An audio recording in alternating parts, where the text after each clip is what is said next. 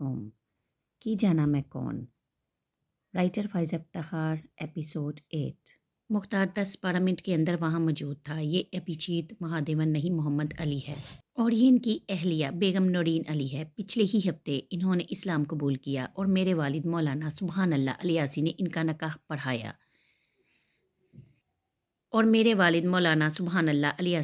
نکاح پڑھایا اس کے اس نئے تعارف پہ سارے مجمع کو گویا سانپ سونگھ گیا۔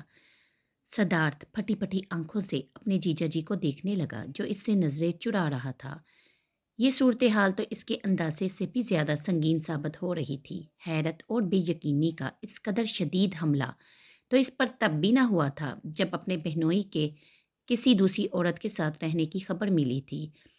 اور مسٹر سدھارتھ پنڈت یہ میرے دوست محمد علی کی جائز حقیقی اور قانونی بیوی ہے۔ آپ ان کی حیثیت کو چیلنج نہیں کر سکتے۔ رہا آپ کی ہمشیرہ کا سوال تو اب آپ ایک مسلمان شوہر کے ساتھ اپنا تعلق برقرار رکھنا چاہیں تو یہ ان کی مرضی پر منحصر ہے، آپ کی ہمشیرہ کی۔ محمد علی کو قطعاً کوئی اعتراض نہ ہوگا، ورنہ حقیقت تو یہ ہے کہ تبدیلی مذہب کے بعد اس شادی کی اب کوئی حیثیت نہیں رہ جاتی۔ یہ کیسے ہو سکتا ہے جیجا جی؟ کہہ دے یہ جھوٹ بک رہا ہے، یہ مسلح جھوٹ بک رہا ہے۔ لیکن ابھیجیت سر جھکا کے رہ گیا۔ اس کا یہ انداز صدارت کو باور کرا گیا کہ مختار جھوٹ نہیں کہہ رہا۔ لیکن مختار کو اپنے دوست کا یہ شرمسار سا اقرار پسند نہ آیا۔ بعد میں وہ اس پہ برس پڑا، محمد علی تم اب مسلمان ہو اور کسی ایمان والے کو یہ کمزوری زیب نہیں دیتی۔ اگر تم نے اپنے دل کی تمام تر رضامندی کے ساتھ اسلام قبول کیا ہے تو فخریہ اس کا اعلان کرو، سر جھکا کے نہیں، سر اٹھا کے کہو کہ تم اب مسلمان ہو، جبکہ تم اس کے برعکس یوں شرمندہ سے نظر آ رہی ہو جیسے خدا نخواستہ تمہیں اپنے اس عمل کا افسوس ہو رہا ہو۔ نہیں، ایسی کوئی بات نہیں، وہ گڑبڑایا۔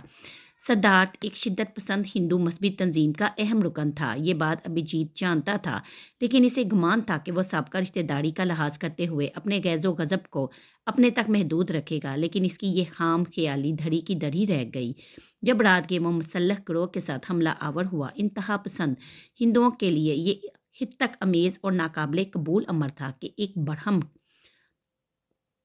برہم ٹھاکر مشرف با اسلام ہو گیا ہے۔ ابھیجیت کے گھر کے مقفل دروازے پہ پتھراؤ کیا گیا، ہوائی فائرنگ کی گئی، ڈنڈوں سے کھڑکیوں کے شیشے توڑ دیے گئے۔ وہ اور نندنی گھر کے سب سے پچھلے کمرے میں اندھیرا کیے بیٹھے خوف اور وحشت سے کانپتے رہے۔ صدارت کے ساتھیوں نے بجلی، فون اور گیس کے کنیکشن تک منقطع کر دیے تھے۔ 2-3 گھنٹوں تک ہلڑ بازی مچانے کے بعد وہ لوٹے تو سارا محلہ ابھیجیت کے گرد جمع ہو گیا۔ تم ابھی اسی وقت یہ گھر اور علاقہ چھوڑ دو، ان کا مطالبہ تھا۔ مجھے اس ماہ کا کرایہ بھی نہیں چاہیے، حتیٰ کہ تمہاری وجہ سے میرے مکان کا جو نقصان ہوا ہے میں وہ بھی چھوڑتا ہوں، لیکن تم یہ مکان خالی کر دو۔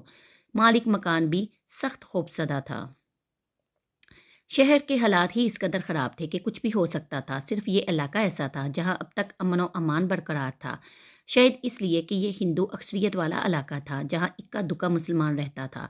ان کا وجود پھر بھی قابل برداشت تھا، لیکن کسی ہندو کا مسلمان ہونا، اور وہ بھی ان حالات میں جب ملک بھر میں ہندو مسلم فسادات زوروں پہ تھے، ان سے برداشت نہ ہو رہا تھا۔ کچھ لوگ مختار کے گھر بھی پہنچ گئے۔ اس کا قصور یہ تھا کہ اس نے ایک اونچی ذات والے عزت دار ہندو کو ورغلا کے اپنے مذہب میں شامل کیا تھا۔ یہ صورتحال دونوں کے لیے تکلیف دہ تھی۔ مختار نے مشورہ دیا، کچھ عرصے کے لیے ہم چھٹی لے کے کسی محفوظ مقام پہ چلے جاتے ہیں۔ گھر سے زیادہ محفوظ مقام اور کیا ہو سکتا ہے؟ لیکن میرے لیے تو یہ بھی ممکن نہیں، میں تو نندنی کو لے کر تمہاری طرف آ رہا تھا اور تم خود یہاں سے۔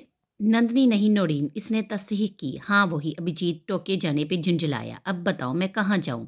تم تو اپنے ابا کے گھر کے بجائے اعلیٰ آباد اپنے ماموں کے ہاں یا حیدرآباد اپنی پھپھی کے گھر بھی جا سکتے ہو، جو فسادات سے بالکل محفوظ علاقے ہیں اور جہاں مسلمانوں کو بالکل کوئی خطرہ نہیں۔ لیکن میں تو ناگپور بھی نہیں جا سکتا۔ ماتا جی سے میری بات ہوئی تھی، ان سے پتہ چلا کہ گوتمی کے پتا اسے اور بچوں کو رائے پور لے جا چکے ہیں۔ برادری کی پنچایت میں پتا جی پہ خوب لان تان کی گئی اور میرے پتا جی جن کی اپنے علاقے میں اتنی عزت ہے، ان پہ مندر کے پنڈت نے اندر داخل ہونے پہ پابندی لگا دی کہ وہ ایک مسلمان بیٹے کو جنم دینے کا پاپ کر چکے ہیں۔ پتا جی نے صاف اعلان کر دیا کہ اب ان کی زندگی، دل اور گھر میں میرے لیے کوئی جگہ نہیں۔ اگر کبھی زندگی میں میرا اور ان کا سامنا ہوا تو وہ مجھے اپنے ہاتھوں سے مار دیں گے۔ انہوں نے یہاں تک کہا ہے کہ مجھے ان کی چتا کو اگنی دینے کی اجازت نہیں۔ وہ سوچ میں پڑ گیا، پھر فیصلہ کن لہجے میں کہنے لگا، یوں تو میں اپنے گھر جا رہا تھا، لیکن اگر تمہیں اور نرین کو پناہ چاہیے تو میں تمہیں اپنے ابا جی کے گھر کی بجائے حیدرآباد میں اپنی پپھو کے گھر لے چلتا ہوں۔ وہ تمہیں مہمان بنانا اپنی سعادت سمجھیں گے۔ ایک تو حیدرآباد ویسے بھی محفوظ علاقہ ہے، دوسرے یہ کہ میرے پپھا جی وہاں کی اہم سیاسی اور سماجی شخصیت ہیں، ان کے ہاں کوئی تمہیں غزنت بھی نہیں پہنچا سکتا، ان کا بہت اثر و رسوخ اور پہنچ ہے، وہ تمہیں جلد ہی وہاں کے کسی اچھے ہاسپٹل میں سیٹ کرا دیں گے، کوئی تمہارا پچھلا حوالہ نہیں جانتا ہوگا، اس نئی پہچان کے ساتھ ایک نئے شہر میں نئی زندگی کا آغاز ہی تم دونوں کے لیے بہتر ہوگا۔ اس شہر میں نئی زندگی گزارنے کا ابھیجیت کا قطعاً کوئی ارادہ نہ تھا، لیکن وقت کا تقاضا یہی تھا کہ وہ فی الحال مختار کی بات مان لے۔ حیدرآباد میں اس کی پھپھی کے گھر ان تینوں کا گرم جوشی سے استقبال ہوا۔ مختار الیاسی کے ابا جی کی طرح ان کی یہ بڑی بہن بھی اپنی دینی عقائد میں بہت راسخ تھی۔ ان کے گھر کے ماحول کا بھی مختار کے گھر سے ان کے گھر کا ماحول بھی مختار کے گھر سے مختلف نہ تھا۔ جلد ہی ابجیت کو گھبراہٹ ہونے لگی۔ ہم یہاں سے ابھی نہیں جا سکتے، نندنی نے سمجھایا۔ تم اخبار نہیں پڑھ رہے کیا؟ ٹی وی آن کر کے دیکھ لو، بمبئی، کلکتہ، دلی، امرتسر، سب ہی جگہ قتل و غارت ہو رہی ہے، مسلمانوں کے گھر جلائے جا رہی ہیں، مسجدیں شہید کی جا رہی ہیں، مسلمانوں کو ان کی ملازمت سے محروم کیا جا رہا ہے۔ تم اپنی بدلی ہوئی شناخت کے ساتھ کس شہر میں پناہ حاصل کریں گے؟ ہم اپنی بدلی ہوئی شناخت کے ساتھ کس شہر میں پناہ حاصل کریں گے؟ لیکن وہ مختار کا پپھا اور اس کے مولوی بیٹے، وہ جو پانچوں وقت مجھے گھسیٹ کے مسجد لے جاتے ہیں، وہ میرے لیے کس قدر تکلیف دہ ہے تمہیں کیا پتا؟ وہ آواز دبا کے بے بسی سے کہہ رہا تھا۔ تو میں اس گھر کے اندر کون سا سکون سے بیٹھی ہوں؟ وہ بھی چڑ گئی۔ مختار کی پھپھی اور اس کی وہ بہو، وہ بڑھی روح جو اس جوانی میں بھی 24 میں سے 18 گھنٹے مسلح پہ گزارتی ہے، کس طرح سے مجھے تنگ کرتی ہے، گھنٹہ گھنٹہ لے کے بیٹھ جاتی ہے اسلام پہ لیکچر دینے، پردہ، شرم و حیا، نماز، روزہ اور پتہ نہیں کیا کیا۔ اس نے ہاتھ لہرا لہرا کے کہا، اتنی جانکاری تو میری اپنے دھرم کے بارے میں بھی نہیں تھی جتنا ان 4 دنوں میں اسلام کے بارے میں جان چکی ہوں۔ پوجا پاٹ میں تو میرا شروع سے ہی من نہیں لگتا تھا، اب ان کو دکھانے کی خاطر نماز قرآن کیسے سیکھوں، اور وہ بھی اتنی مشکل بھاشا میں۔ میں جتنی دیر مسجد میں ان کو دکھانے کی خاطر اور ان کی نقل میں نماز پڑھنے کی کوشش کرتا رہا ہوں، خوف سے میرا من کانپتا رہتا ہے، پتہ نہیں بھگوان مجھے معاف کرے گا بھی یا نہیں۔ اس کی آواز بڑھا گئی، یہ تو تمہیں پہلے سوچنا چاہیے تھا۔ ابھی میں نے یہ کب سوچا تھا کہ مجھے صرف مسلمان کہلانا نہیں پڑے گا بلکہ مسلمان ہونے کا ناٹک بھی کرنا پڑے گا۔ میں تو صرف کاغذات کی حد تک اور قانون کی نظر میں مسلمان کہلانا چاہتا تھا تاکہ تمہاری اور میری شادی کو کوئی چیلنج نہ کر سکے۔ مجھے کیا پتا تھا کہ بھگوان مجھے میرے اس کرم کی اتنی بڑی سزا دیں گے کہ مجھے دن رات پچھتاوے کی آگ میں جلنا پڑ رہا ہے۔ ایک منٹ کے لیے کوئی میری جان بخشنے کو تیار نہیں۔ کبھی کلمے سکھائے جا رہے ہیں، کبھی وضو کرایا جا رہا ہے، کبھی نماز سکھائی جا رہی ہے۔ پتہ نہیں میں کب یہاں سے آزاد ہو پاؤں گا۔ اگر تمہارا ساتھ نہ ہوتا نندنی تو میں اب تک خودکشی کر چکا ہوتا۔ اس نے مٹھیاں بھینچ لی۔ نندنی سوائے اس کے بال سے ہلا کے ایک خاموش دلاسا دینے کے اور کچھ نہ کر سکی۔ مختار کے پھپھا سید عبداللہ شاہ کے گھر میں رہنا ابھیجیت کی مجبوری تھی۔ بمبئی کے ہاسپٹل سے اسے چھٹی نہیں مل رہی تھی اور مالک مکان نے اسے سامان سمیت گھر سے نکال دیا تھا۔ چاروں نے چار اسے استعفیٰ دے کر حیدرآباد آنا پڑا۔ وہ ان مسلمانوں کی گرفت میں بری طرح پھنس چکا تھا۔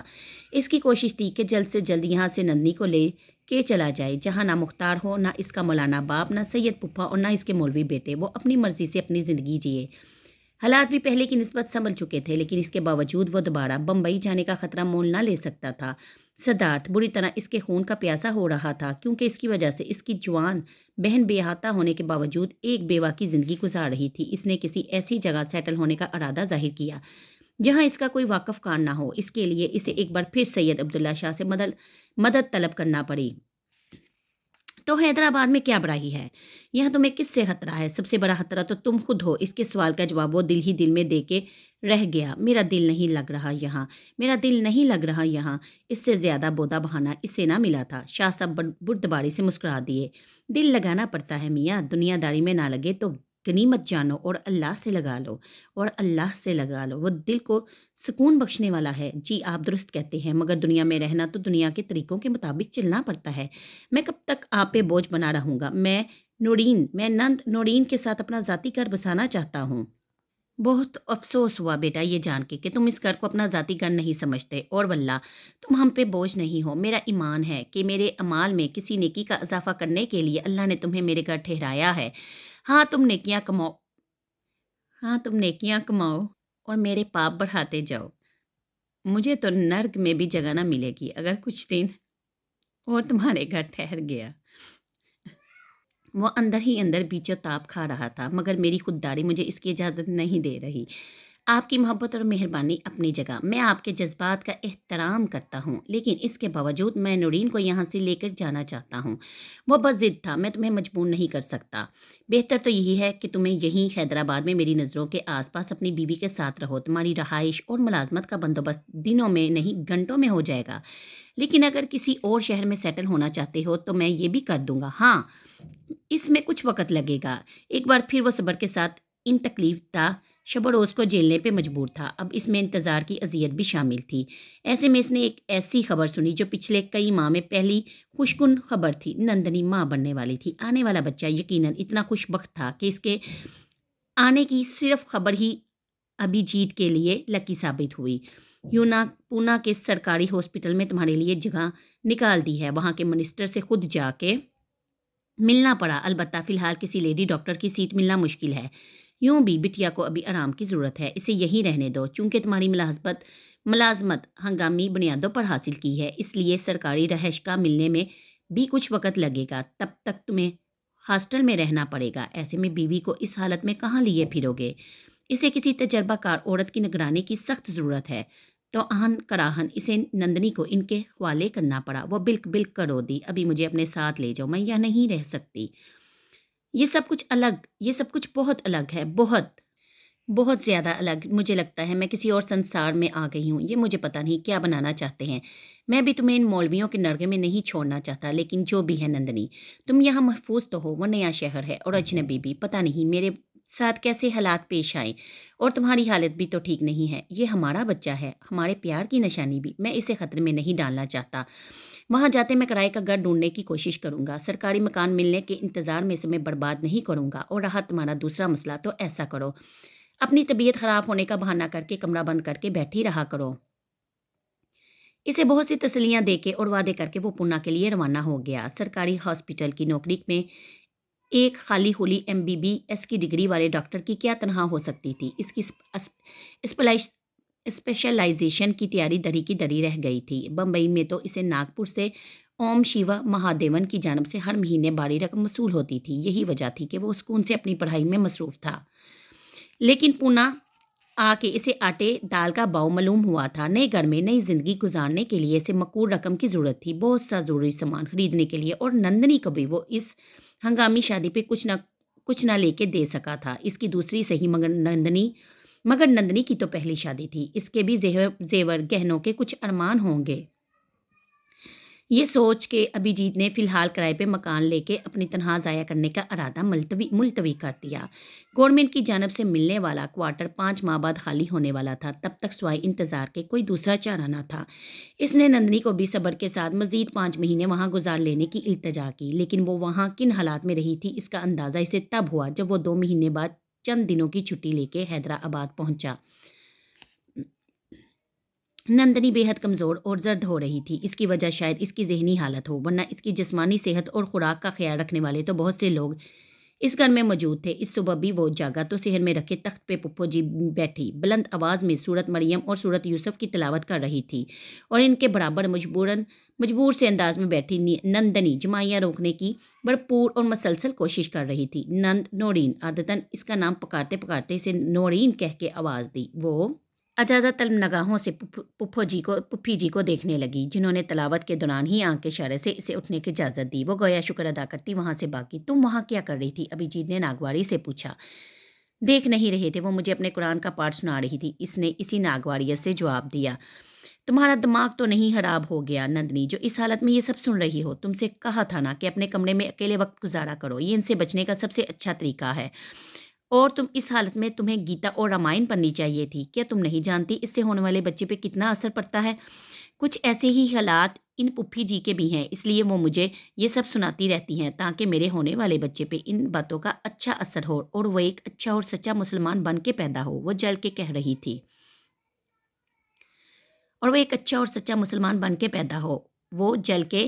کہہ رہی تھی۔ ابھیجیت اندر تک کانپ کے رہ گیا۔ نندنی کی ڈلیوری میں 2 ماہ رہ گئے تھے۔ اس حالت میں اس کا سفر کرنا مشکل تھا۔ وہ دل پر پتھر رکھ کر لوٹ آیا۔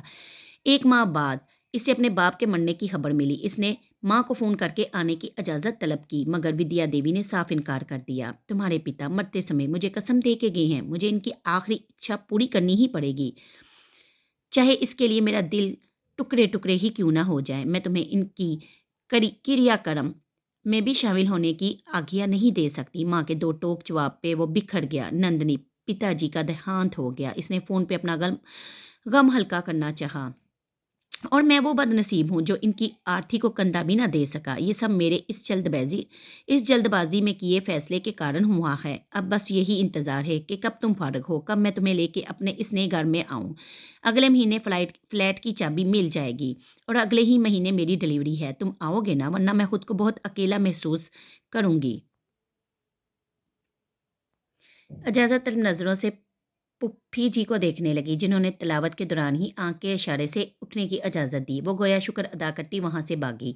تم وہاں کیا کر رہی تھی؟ ابھیجیت نے ناگواری سے پوچھا۔ دیکھ نہیں رہے تھے، وہ مجھے اپنے قرآن کا پاٹھ سنا رہی تھی، اس نے اسی ناگواریت سے جواب دیا۔ تمہارا دماغ تو نہیں خراب ہو گیا نندنی، جو اس حالت میں یہ سب سن رہی ہو؟ تم سے میں نے کہا تھا کہ اپنے کمرے میں اکیلے وقت گزارا کرو، یہ ان سے بچنے کا سب سے اچھا طریقہ ہے، اور تم اس حالت میں تمہیں گیتا اور رامائن پڑھنی چاہیے۔ کیا تم نہیں جانتی اس سے ہونے والے بچے پہ کتنا اچھا اثر پڑتا ہے؟ کچھ ایسے ہی خیالات ان پپھی جی کے بھی ہیں، اس لیے وہ مجھے یہ سب سناتی رہتی ہیں، تاکہ میرے ہونے والے بچے پہ ان کی باتوں کا اچھا اثر ہو، اور وہ ایک اچھا اور سچا مسلمان بن کے پیدا ہو۔ وہ چل کے کہہ رہی تھی۔ ابھیجیت اندر تک کانپ کے رہ گیا۔ نندنی کی ڈلیوری میں 2 ماہ رہ گئے تھے۔ اس حالت میں اس کا سفر کرنا مشکل تھا۔ 1 ماہ بعد اسے اپنے باپ کے مرنے کی خبر ملی۔ اس نے ماں کو فون کر کے آنے کی اجازت طلب کی، مگر ودیا دیوی نے صاف انکار کر دیا۔ تمہارے پتا مرتے سمے مجھے قسم دے گئے ہیں، مجھے ان کی آخری اچھا پوری کرنی ہوگی، اس کے لیے میرا دل ٹکڑے ٹکڑے ہی کیوں نہ ہو جائے۔ میں تمہیں ان کی کریا کرم کی رسومات میں شامل ہونے کی آگیا نہیں دے سکتی۔ ماں کے 2 ٹوک جواب پہ وہ بکھر گیا۔ نندنی، پتا جی کا دیہانت ہو گیا۔ اس نے فون پہ اپنا غم ہلکا کرنا چاہا، اور میں وہ بد نصیب ہوں جو ان کی آرتھی کو کندھا بھی نہ دے سکا، اور یہ سب میرے اس جلد بازی میں کیے فیصلے کے کارن ہوا ہے۔ اب بس یہی انتظار ہے کہ کب تم فارغ ہو، کب میں تمہیں لے کے اپنے اس نئے گھر میں آؤں۔ اگلے مہینے فلیٹ کی چابی مل جائے گی، اور اگلے ہی مہینے میری ڈلیوری ہے۔ تم آؤ گے نا، ورنہ میں خود کو بہت اکیلا محسوس کروں گی۔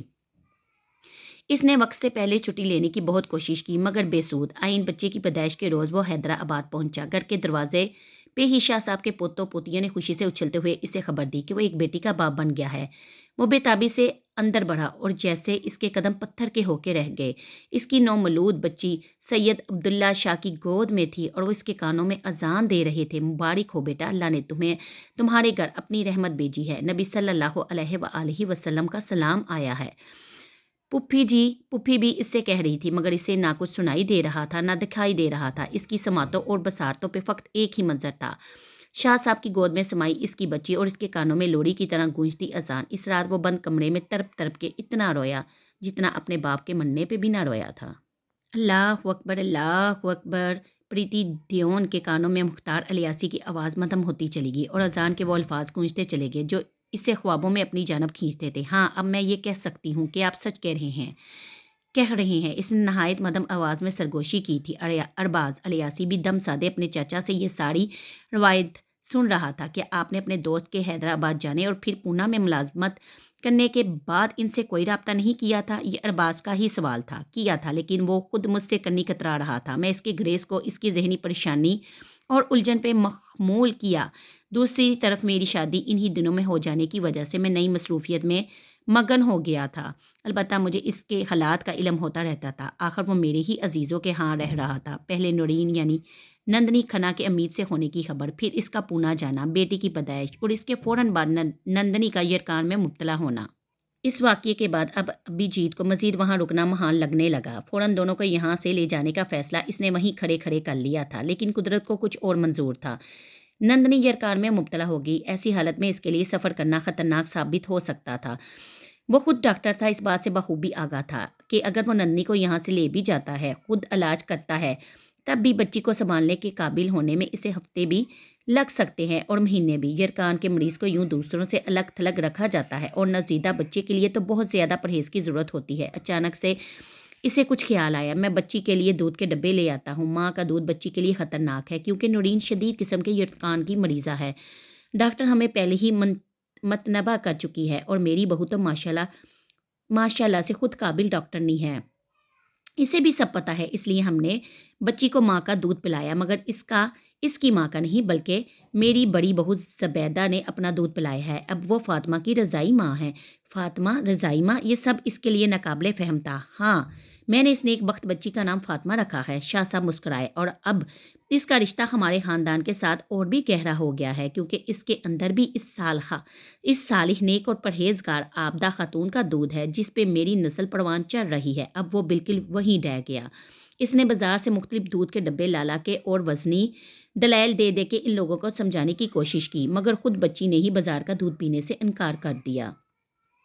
زبردستی پلانے پہ وہ سخت بیمار ہوگی۔ زبیدہ بیٹی، دودھ پلاتے ہوئے درود شریف کا ورد کیا کرو، طبیعت میں سیری ہوتی ہے بچے کی۔ پھپھو جی کی نصیحت اس کے کان سے ٹکرائی۔ جی امی جان، ایسا ہی کر رہی ہوں۔ یہ ہدایت تو آپ نے میرے تینوں بچوں کی دفعہ کی تھی، اور میں نے پہلے سے پلے باندھ رکھی ہے۔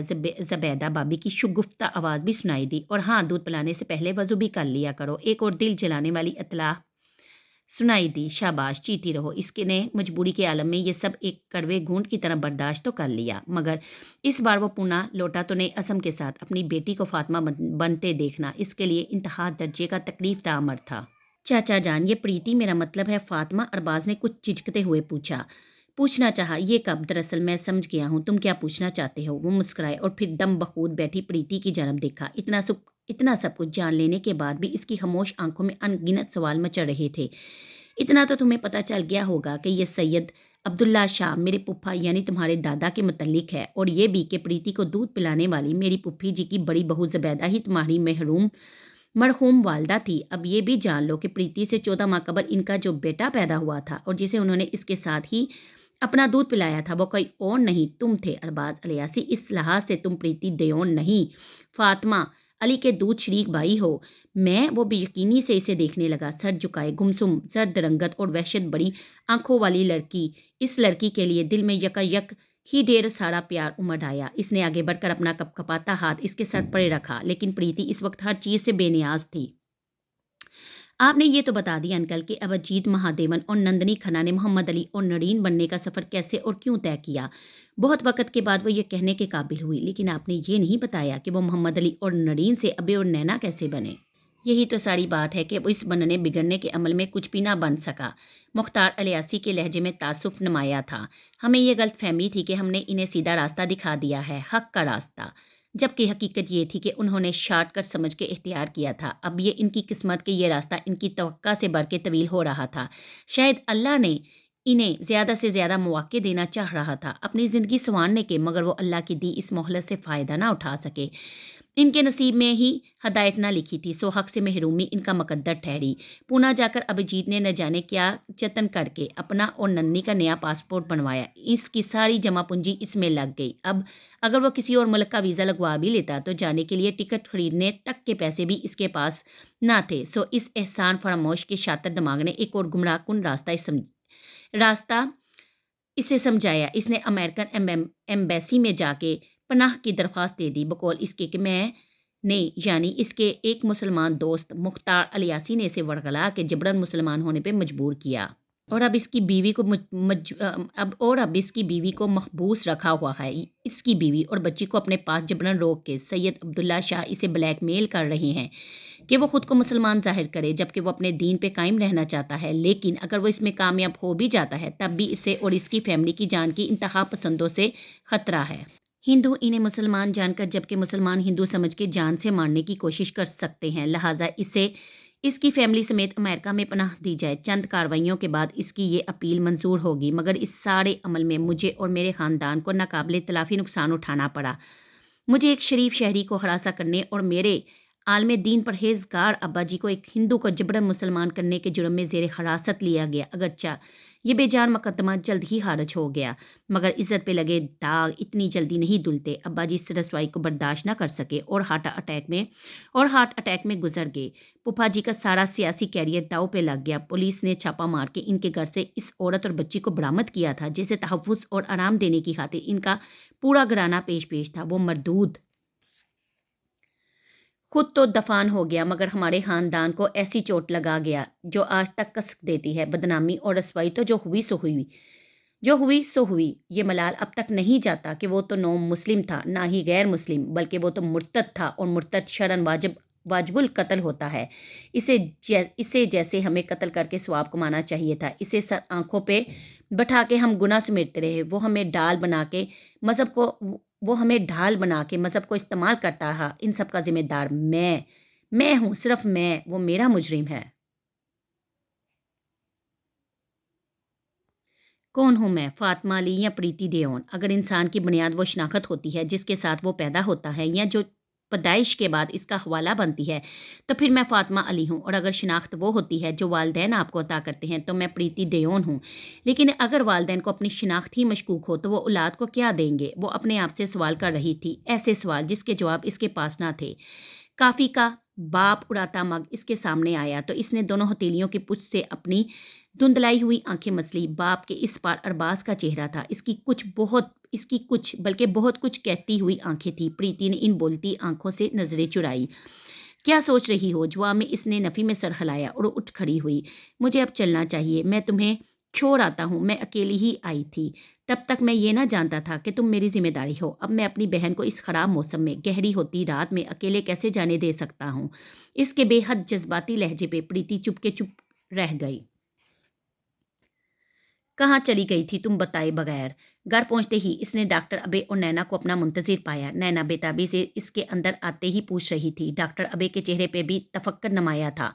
پریتی، کیا تمہیں یاد دلانا پڑے گا کہ تمہیں شام کے بعد بلا ضرورت گھر سے نکلنے کی اجازت نہیں؟ وہ ناراض ہو رہا تھا۔ میرا جانا بہت ضروری تھا۔ اس نے آج ہی سارا معاملہ صاف کرنے کا سوچا، کل تک شاید بہت دیر ہو جاتی، یا تو مختار الیاسی نیو جرسی چلے جاتے، یا پھر ایک بار پھر ان سے فرار حاصل کرنے کے لیے ہم سب کو لے کے نیو یارک سے نکل جاتے۔ کتنی ہی دیر تک ڈاکٹر ابے سے نہ تو پلکیں جھپکی گئی، نہ ہی ایک لفظ تک بولا گیا۔ وہ ٹکر اپنی بیٹی کی صورت دیکھ رہا تھا۔ اس کی رنگت دم بدم زرد پڑتی جا رہی تھی۔ ڈاکٹر نینا یعنی نندنی نے لڑکھڑا کے قریبی صوفے کا سہارا لیا۔ یہ آپ کا کمپلیکس تھا پاپا، جو آپ دھرم کو ہر وقت سر پہ سوار رکھتے تھے۔ یہ آپ کا گلٹ تھا، جو آپ کو ہر پل بھگوان کی مورتی کے آگے جھکنے پہ مجبور کرتا تھا۔ آپ نہ بھگوان کے بنے نہ خدا کے۔ آپ نے اپنے دھرم کو بھی استعمال کی چیز بنایا اور اپنے دوست کے دھرم سے بھی فائدہ اٹھانا چاہا۔ وہ ان دونوں کی کسی قسم کی وضاحت سننے پہ تیار نہ تھی۔ تم کہنا کیا چاہتی ہو کہ میری پوجا پاٹ یہ سب ڈھکوسلا ہے، میرا احساس جرم ہے؟ ابھیجیت کلس اٹھا۔ میں اور بھی بہت کچھ کہنا چاہتی ہوں۔ اس نے آنسو صاف کیا، اور یہ کام وہ پچھلے آدھے گھنٹے میں 10 مرتبہ کر چکی تھی۔ میں یہ کہنا چاہتی ہوں پاپا کہ میرے اندر بھی ایک مورت تھی، ایک آئیڈیل، ایک بھگوان میں نے بھی تراش رکھا تھا، وہ آج ٹوٹ کے کچی ہو گیا ہے۔ میں یہ کہنا چاہتی ہوں پاپا کہ مجھے اپنے اس باپ کے روم میں، جو میرے لیے ایک مثالی باپ، مثالی شوہر اور مثالی انسان تھا، آج اسی باپ کے روم میں ایک خود غرض باپ، بے رحم شوہر اور مطلبی دوست نظر آ رہا ہے۔ پریتی، یہ تمہارے پتا ہیں، نندنی نے سرزش کی، مگر یہ ایک انسان بھی ہیں، اور ایک انسان کو انسانیت کی سطح سے اتنا بھی نہیں گننا چاہیے۔ محبت واقعی ایک عظیم جذبہ ہے، میں مان لیتی ہوں انہیں آپ سے بہت بہت محبت ہوگی، لیکن محبت کیا فرائض سے بڑھ کے ہوتی ہے؟ ایک عورت کی محبت اور اس کی طلب ان پر اتنی ہاوی ہو گئی کہ وہ یہ بھول گئے کہ وہ ایک بے قصور عورت کے پتی اور دو معصوم بچوں کے پتا بھی ہیں۔ اتنے سالوں سے یہاں منہ چھپا کے بیٹھے ہوئے اپنے سکھی پریوار کے درمیان انہیں ایک بار بھی یہ خیال نہ آیا کہ ان کا اپنا خون، ان کے اپنے بیٹے رام اور شام دیو کس حال میں ہوں گے؟ مکل اتھل نکھل کے لاڈ اٹھاتے ہوئے یہ فکر نہ ہوئی کہ ان دونوں کو بھی باپ کی محبت اور شفقت کی ضرورت ہوگی۔ میں مجبور تھا، میں بہک گیا تھا پریتی، اور اس میں میرا کوئی قصور نہیں۔ وہ مختار جس نے تمہارے من میں زہر بڑھا ہے، اس نے مجھے چکنی چپڑی باتوں میں پھسلایا تھا۔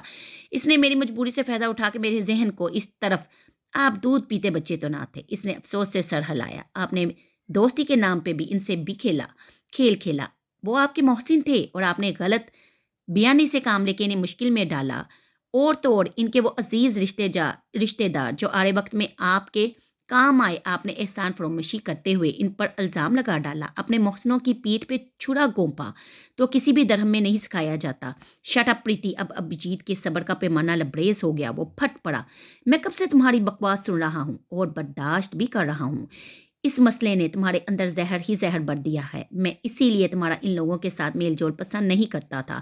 پتا جی بھی مجھے ہمیشہ مسلمانوں کے ساتھ تعلق رکھنے سے منع کرتے رہے ہیں، لیکن میں نے ان کی بات نہ مانی۔ مختار سے دوستی نے مجھے یہ دن دکھایا کہ میں کسی قابل نہ رہا۔ آج میری اپنی اولاد میرے منہ لگ رہی ہے، مجھے بڑا بلا کہہ رہی ہے، صرف میری ایک غلطی کی وجہ سے۔ یہ ایسے ہی ہوتے ہیں، چکنی چپڑی باتیں کر کے، بہلا پھسلا کے کسی بھی طرح انسان کو مجبور کر دیتے ہیں کہ وہ ان کے درم میں آ جائے۔ مجھے بھی دوسری شادی کا لالچ دیا گیا۔ سب سے پرکشش ہتھیار یہی تو ہے ان کے پاس۔ بس کیجئے پاپا، آپ ان کے خلاف بول رہے ہیں جن لوگوں نے آپ کا مشکل وقت میں ساتھ دیا۔ آپ اس دھرم کی برائیاں بیان کر رہے ہیں جس دھرم نے آپ کو پناہ دی، ورنہ آپ کو اپنے دھرم نے آپ کی زندگی میں الجھنوں کے سوا اور کیا دے رکھا تھا؟ وہی اونچ نیچ، ذات پات، بید باؤ۔ مجھے نہیں لگتا کہ میں کسی برہمن کی اولاد ہوں۔ وہ بلک اٹھی۔ تم ایک برہمن کی بیٹی ہو اور ہندو دھرم کو برا کہہ رہی ہو۔ وہ شدت غم و غصہ سے کپ کپانے لگا۔ مجھے یہ بھی نہیں لگتا کہ میں کسی مسلمان محمد علی کی اولاد ہوں۔ مجھے کچھ بھی نہیں لگتا، مجھے کچھ بھی۔ اس کی دبی دبی سسکیاں رفتہ رفتہ آہوں اور پھر چیخوں میں بدل گئی۔ پریتی سنبھالو خود کو۔ نندنی نے آگے بڑھ کر اسے باہوں میں بل لیا۔ نہیں ہوں میں پریتی دیون، اگر میں کسی ابھیجیت مہادیون کی بیٹی، اور اگر ایسا ہے تو سید عبداللہ شاہ نے میرے کان میں اذان کس حق سے دی تھی؟ اگر مجھے جنم دینے والی نندنی کھنا تھی تو مجھے سیدہ زبیدہ خاتون نے دودھ کیوں پلایا؟ وہ چلا رہی تھی، اس کا مچلتا تڑپتا وجود نندنی کے ہاتھوں میں بے قابو ہو رہا تھا۔ میں تو فاطمہ علی بھی نہیں ہوں۔ اگر میں فاطمہ علی ہوں، محمد علی اور نورین علی کی بیٹی، تو میں کئی سالوں سے ہر روز صبح رام کی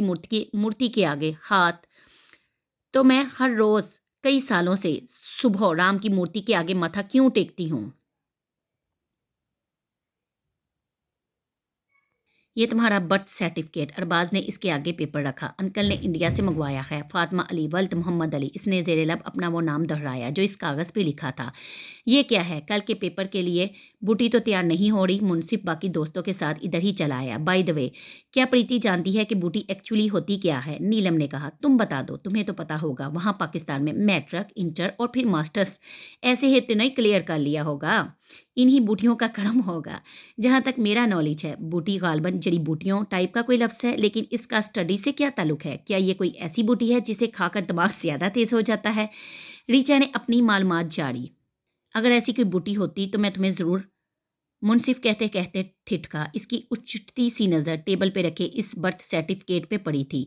نہ تو اس برتھ سرٹیفکیٹ کا یہاں ہونا اچنبے کی بات تھی، نہ اس پہ لکھا نام اسے چونکانے کا باعث بنا تھا۔ اسے تو پریتی کا انداز غیر معمولی لگ رہا تھا۔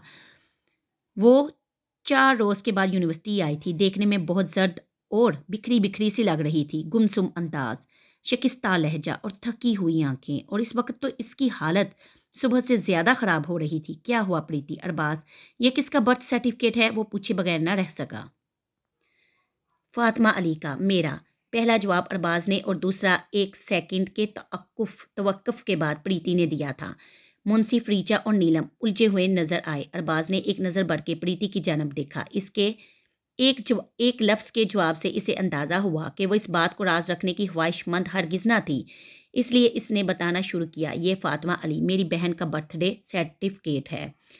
تو یہ یہاں کیا کر رہا ہے؟ یہ نیلم کا خونک پن سے پوچھا گیا سوال تھا، جبکہ منصف کی نظریں اب تک پریتی کے نڈال سراپے اور دھیان اس کے مختصر جواب پہ ٹھہرا تھا۔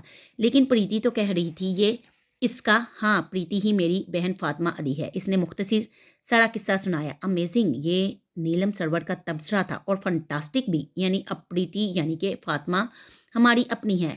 اس پہ ریچا نے اسے عجیب نظروں سے دیکھا تو وہ خفیف سی ہوگی۔ میں کس کی اپنی ہوں اور کس کے لیے غیر، یہ تو میں خود بھی نہیں جانتی۔ پریتی کے کہنے پر منصف اپنے خیالوں سے چونکا۔ یہ جاننے سے پہلے تمہیں یہ جاننا چاہیے کہ تم خود کون ہو۔ تم فاطمہ علی ہو؟ تم فاطمہ علی ہی ہو، لیکن میں، وہ کچھ کہنا چاہتی تھی کہ اس نے ہاتھ اٹھا کے روک دیا۔ شاید مجھے تمہیں یہ نہیں بتانا چاہیے، بلکہ مجھے تو کیا، کسی کو بھی نہیں۔ یہ تمہاری اپنی پہچان ہے، اور اسے تمہیں ہی تلاش کرنا ہے۔ میرا مشورہ صرف اتنا ہے کہ اس پہچان کو کسی سہارے کے بغیر تلاش کرو گی تو زیادہ کامیاب رہو گی، ورنہ شاید تمہارے دل میں یہ کھٹک رہے گی کہ تمہیں جو پہچان ملی وہ تمہاری اپنی کھوج نہیں بلکہ کسی کی عطا کردہ ہے۔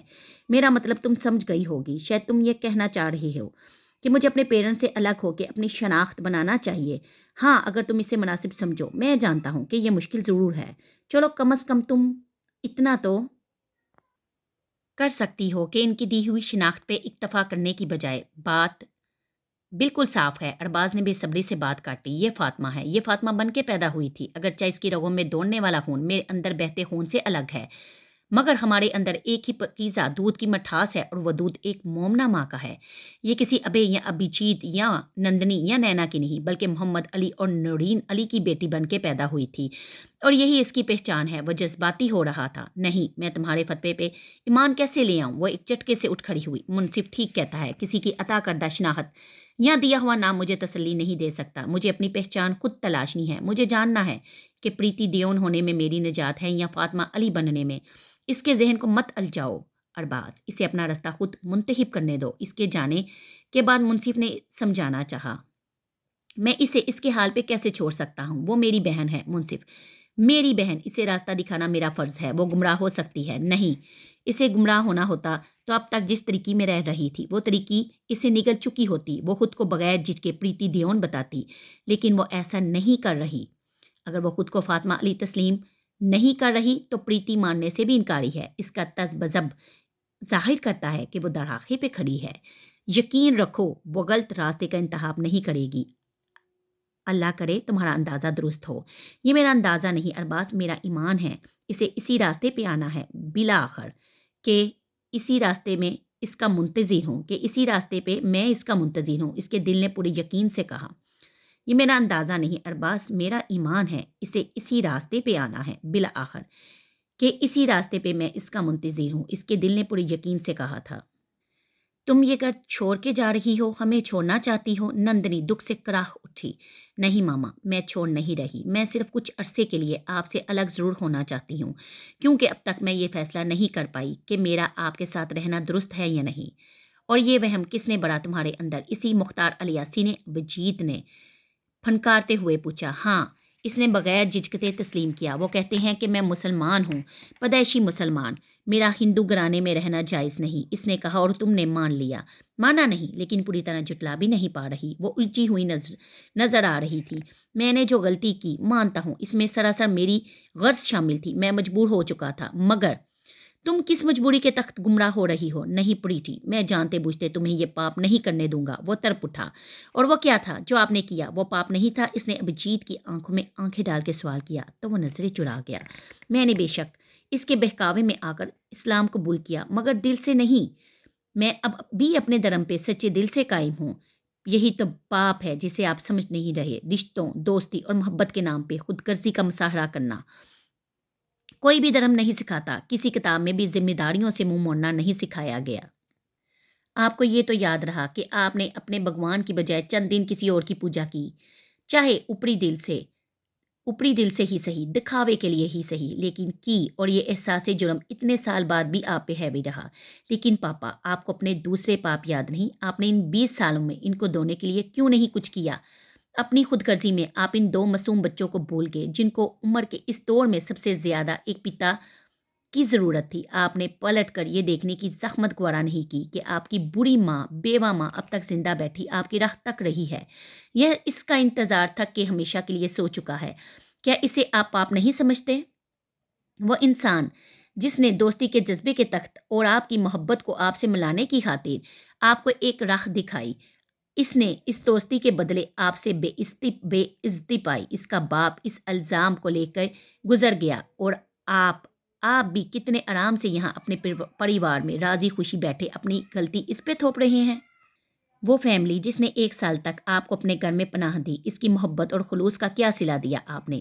مسلمان، لیکن اپنے بے قصور محسنوں کے ساتھ ایسا انسانیت سے گرا ہوا سلوک تو نہ کرتے کہ آئندہ کوئی کسی پہ احسان کرنے سے پہلے 100 بار سوچے۔ اس کے سوا میرے پاس کوئی اور راستہ نہ تھا، مجھے وہاں سے نکلنا تھا، نہ صرف اس گھر سے بلکہ اس دیش سے۔ اس انداز میں پشیمانی اور ندامت کی کوئی رمق نہ تھی۔ پریتی نے تعصب سے اپنے باپ کو دیکھا۔ ایشور سے محبت تو دل کو نرم کر دیتی ہے پاپا، اس کے قریب ہونے کا مطلب ہے بڑائی سے دور ہونا۔